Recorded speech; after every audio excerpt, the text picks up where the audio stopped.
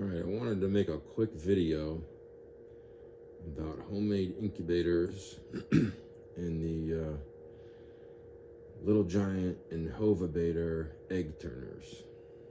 So this is my old DIY incubator.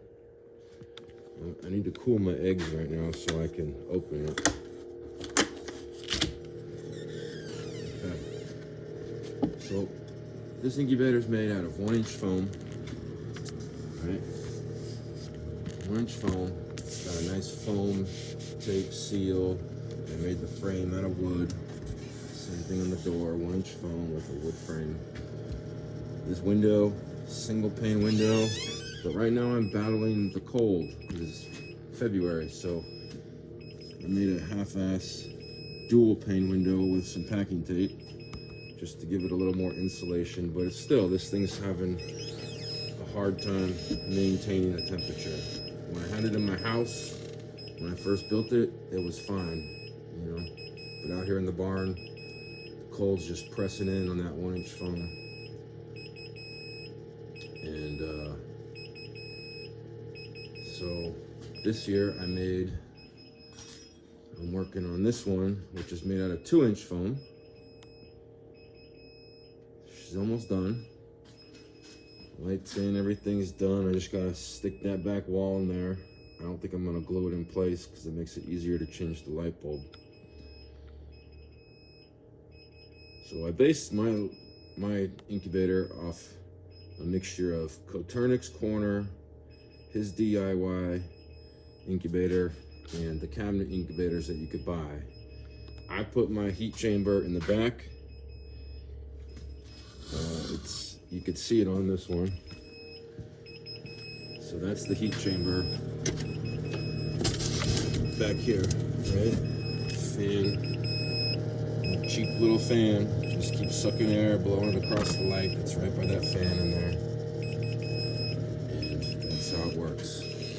This incubator, I'm gonna put the fan in the middle, and I made this deflector, this 45-degree deflector right here, to blow it up and down. And so there's gonna be a gap at the bottom and a gap at the top for air to go through to make it a little more even at the top, you know, just make, from top to bottom, make the temperatures more even throughout. This is the mount for just a light bulb so I could see in there. And my upgraded door, I use lots of silicone. This door is heavier than that whole cabinet incubator right there, but wood frame, 2-inch foam. I made a dual pane window, so it's inset on this side into the foam with a wood frame. Silicone down, and then I just siliconed it right to the foam on the inside because nobody will ever see that. But effectively, it makes a nice dual pane window, right? So the cold will stay out here on this glass, and the heat will stay inside on that glass with a nice little air cushion between it. The 2-inch foam doubles my insulation from R5 to R10. And I think it should work. It'll keep the cold out right now in the winter, and in the summertime it gets really, really hot here, and hopefully it keeps that heat out. This foam does work awesome if you use it right. So anyways, this one's almost done, but I wanted to also talk about these egg turners. Now, I have always used Little Giant egg turners because that's just what I started with, and they've always worked. These things are probably 10 years old. They still work. I think I replaced one of the motors once. But they don't have goose-sized racks. Little Giant doesn't. So now that I'm doing goose eggs, I had to super glue these on. I put a little dab of super glue right there on each one to hold them in there. And they're all fertile. Every egg in here right now, except those 3 in the back are iffies. Every egg is fertile. I got goose down here. This front row is zombie chickens, and the middle row and that big one are Muscovy ducks. But where was I? So I needed goose size racks because these, every time I come out here, these things would be down here, fell out of there.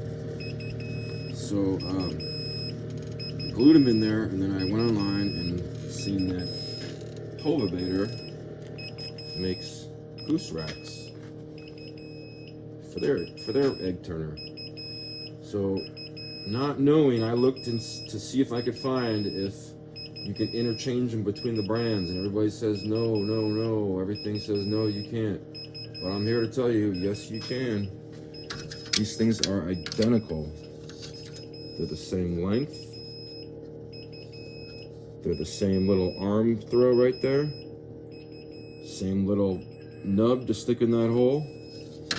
So you can totally switch back and forth. All I had to do was buy the racks. I didn't have to buy the frame or the motor or any of the other stuff. I really only needed the racks, but I didn't know they fit, so I bought the whole thing.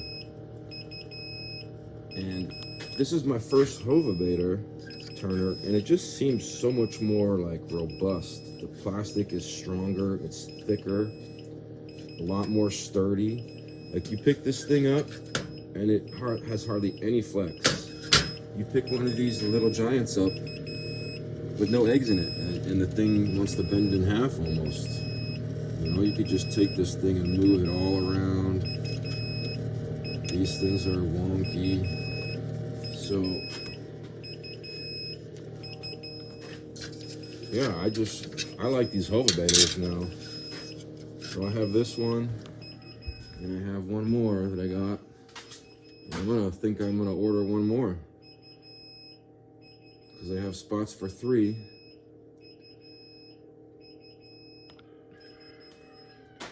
You know, they hold the same amount. They hold one more egg, actually, because, well, I don't know if you could still get an egg in there. You probably can't. But there's space for it. Like, Little Giant has that hole blocked off right here. But, like, if you had to, you could put a quail egg or something small in there. Anyways, I'm just gonna say that I like these Hova Bators a lot better. They're a lot more sturdy. I mean, I'm not knocking Little Giant, because these things have been reliable. They've worked, like I said, they're probably 10 years old, if not older than that. So, just something to keep in mind. I kept my other incubator a lot more simple. This one's gonna turn into my hatcher. So I'll take these out, and I have little hatching trays that fit these shelves. I made this one all fancy back about 4 or 5 years ago when I made it. But where's one of my hatching trays? Here's one right here. So that hatching tray fits in there. And I just use a little Inkbird controller. They're 50 bucks. It controls, I've never used it with humidity, but this one controls humidity. This is heat. And I also just ordered 2 of those little sonic humidifiers, so I can get rid of this thing and just put a humidifier in there. And when it needs humidity, it'll turn work number 2 on. And I mean, it's great. It's so simple. It's plug and play. You know? One thing I'm going to do when I put my 3 turners in here, I'm going to wire them all together. They're just going to stay in here for the most part. So I'm going to wire these all together in a little strip to come out with 1 cord and 1 hole to cut down on plugs. And yeah, this is just my new and improved version from learning from the other one that I made. I mean, the other one, like I said, it works awesome. It worked really well in the house. But this 1-inch foam is just not enough for the barn. That's why I have it covered. I keep that cold air off it. It just permeates that.